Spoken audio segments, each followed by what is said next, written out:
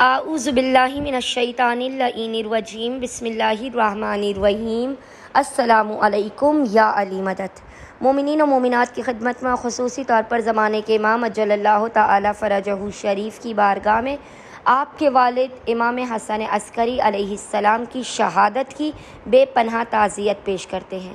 آج مومنین کی خدمت میں شہادت امام حسن عسکری علیہ السلام کے دن کی مخصوص نماز اور چند اعمال لے کر آئے۔ یہ اعمال اس قدر مجرب ترین ہے کہ مومنین اس نماز کو پڑھ کے اور ان اعمال کو کر کے مقام سے ہٹنے نہیں پائیں گے کہ خداوند متعال زمانے کے امام کے والد کے صدقے میں، امام حسن عسکری کے حق کے صدقے میں آپ کو اس قدر عطا کرے گا کہ جو آپ کے نصیب و مقدر میں بھی نہ ہوگا۔ آپ کی بگڑی ہوئی زندگی سیدھے راستے پر آ جائے گی، آپ کی ناممکن ترین حاجات قبول و مقبول کی جائیں گی۔ مومنین نے قطعاً بھی غلطی سے بھی اس وظیفے عمل کو شہادت امام حسن عسکری کے دن کسی بھی صورت ضائع نہیں کرنا۔ آپ نے لازماً اس وظیفے عمل کو کرنا ہے۔ یہ چند مخصوص ترین اعمال اور نماز کا طریقہ ہے جسے پڑھنے کے بعد آپ نے امام حسن عسکری کی بارگاہ میں پیش کرنا ہے۔ خداوند متعال اس عمل خاص کے صدقے میں، امام حسن عسکری کے صدقے میں پورا سال آپ کے گھر سے مالی پریشانیوں اور تنگ دستی کو دور کر دے گا، آپ کے نصیب و مقدر و بخت کو بنا دے گا، آپ کی مشکلات اور پریشانیوں کو دور کر دے گا اور آپ کی ہر حاجت کو آپ کے مقام سے ہٹنے سے پہلے آپ کو عطا کر دے گا۔ اگر آپ بیمار ہیں، آپ شفا یابی کے لیے اس عمل کو کریں۔ بے اولاد ہیں، اولاد کے لیے کیجیے۔ مالی تنگ دستی کا شکار ہیں تو آپ دولت کے لیے اس عمل کو کیجیے۔ بیٹیوں کا کوئی مسئلہ ہے، رشتے نہیں آتے، آپ اس عمل و وظیفے کو کیجیے۔ تمام عمل کو کر کے اس کا ہدیہ امام حسن عسکری کی بارگاہ میں آپ نے پیش کرنا ہے۔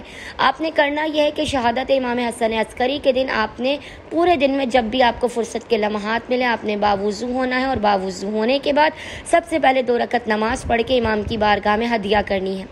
نماز کا طریقہ یہ ہے کہ اس نماز کی ہر رکعت میں آپ نے الحمد کے بعد 3 مرتبہ سورہ قدر اور 1 مرتبہ سورہ کوثر کی تلاوت کرنی ہے۔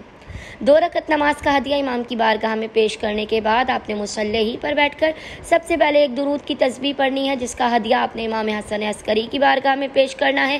1 مرتبہ حدیث قصہ یاد رکھیے گا، 1 مرتبہ حدیث قصہ، 1 مرتبہ زیارت آل یاسین، اور آپ نے 14 مرتبہ آخر میں یاد رکھیے گا آپ نے 14 مرتبہ سورہ قدر کی تلاوت کرنی ہے اور 14 مرتبہ سورہ اخلاص قل هو اللہ احد کی تلاوت کرنی ہے۔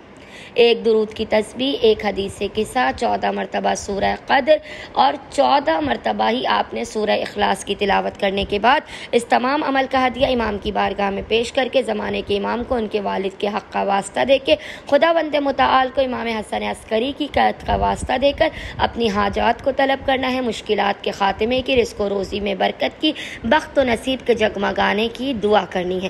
امید کرتے ہیں اکثریت مومنین اس وظیفے عمل سے قطعاً بھی غافل نہیں رہیں گے، خود بھی اس وظیفے عمل کو کریں گے اور دیگر پریشان حال مومنین تک بھی اس وظیفے عمل کو لازماً پہنچا کر ہمیں اور ہمارے خانے وادے کو اپنی خصوصی دعاؤں میں نام لے کر یاد رکھیں گے۔ اللہم صلی علی محمد و آل محمد و عجل فرجہم اجمعین۔